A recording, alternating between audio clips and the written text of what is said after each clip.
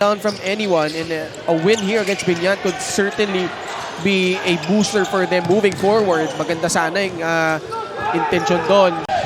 So, those are 3 teams already where kumbaga pwede nilang sukatin yung sarili nila, unasa na sila.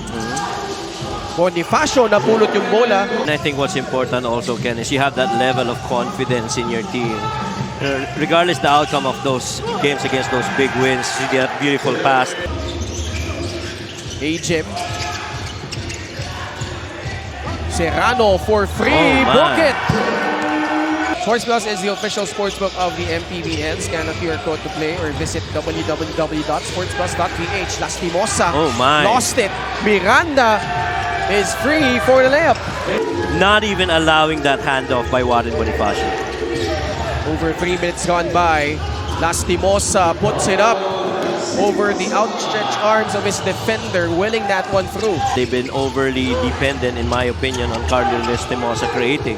He's had 4 of their attempts in the previous one. Samantalang itong may kawayan, different guys really scoring. Miranda has 9 points. Curva with aggressive drive to the hoop. Ano sa tingin mo nagiging susi sa kanilang paglamang dito, Coach Mike? But tingin ko yung inside defense, really. Yung interior defense, yan ang nagwo-work. You see that right there. Another block. They have 5 blocks already in the first half. The key themes for this game para sa May Kawayan. Lalo na when you go up against, my opinion mga player na tumatahi ng depensa. Si Nick Cabañero, Kenny Rocacurva, Carlos Lastimosa. They are better in points in the paint because of these guys. Because they can actually find a way to create shots. Mabulak with the rebound. Pamboy. Back the other way for Binyan. Freeing himself up. Yeah.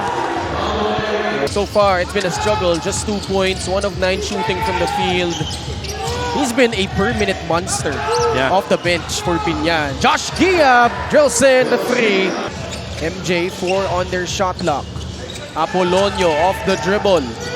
Flips it up. Cabañero holding his own. Oop! Shot clock violation yan. Tabla tayo, 42 all. Cabañero struggling here. Blocked by Apolonio. Very rarely have they gotten anything out of those drives. Here he is in transition.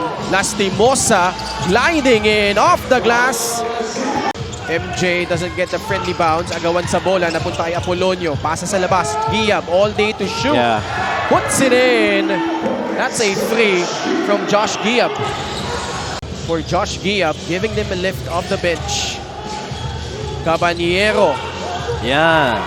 That's a shot that could get him going. Takes it. No good from downtown. Cabañero with the rebound. Nick attacks. That's Bully Boy strength by Nick Cabañero. Count it plus the foul. Bonifacio picks it up. Wala pa din. Tapikan ng bola. Napunta kay Patrick Ramos. 2 seconds left. Naive heaves it. Blocked by Warren Bonifacio. And that will cap off